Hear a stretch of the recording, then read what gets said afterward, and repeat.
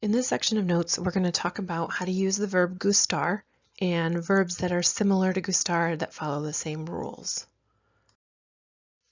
Remember that gustar and verbs like gustar can only be conjugated two ways, as either gusta or gustan.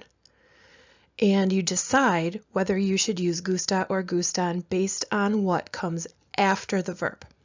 So gusta is used with verbs in the infinitive, they still end in a or e or ir, or singular objects. And gustan can only be followed by plural objects. So we use indirect object pronouns to tell who the subject is, and these will take the place of the yo, to, usted, el, and ella that we're used to. So we have me, which means to me, te, to you, le, to you, to him, to her, nos, to us, and les, to y'all or to them. In parentheses, you see the a mí, a ti, a usted. That's for clarification, especially with the le and les when they can mean more than one thing.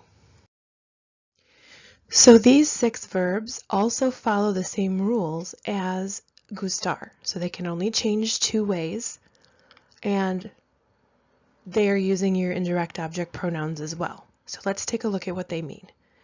Encantar means to love. Fascinar means to be fascinated. Importar, to matter. Interesar, to interest. Molestar, to bother. And parecer, to seem. Let's take a look at an example.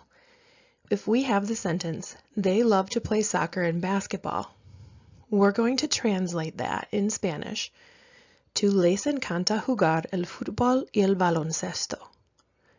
Notice in parentheses I have a ellos. I can put that in there to clarify because les can mean more than one thing. I picked encanta because what comes after it is an infinitive, jugar. In this example, we have the sentence, our classes this year are important to us. Now, these sentences can get tricky because they're not a word-for-word translation like we're used to. So the Spanish translation of this sentence would be nos importan nuestras clases este año. I use nos because we're talking about to us, and I use importan because I'm talking about a plural object, clases. I don't need the a nosotros because the nos really only refers to one person. There's no confusion there. Our sentence here, I'm not interested in science class, is a little bit easier because it kind of follows our English. So our Spanish translation would be no me interesa la clase de ciencias. I pick me because I'm talking about myself, and I use interesa because there's only one clase de ciencias. Notice again, I don't need the a mí because the me can only refer to one person, so there isn't any confusion there. You, informal, are fascinated with owls. So my Spanish translation would be te fascinan los búhos. Te refers to you, informal, and I use fascinan because I'm talking about a plural object, los búhos. And our last example, boring teachers bother her, is another one that's going to not follow our English directly. So my Spanish translation would be le molestan los profesores aburridos.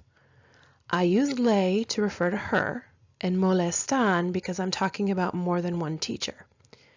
Notice in parentheses I have a ella.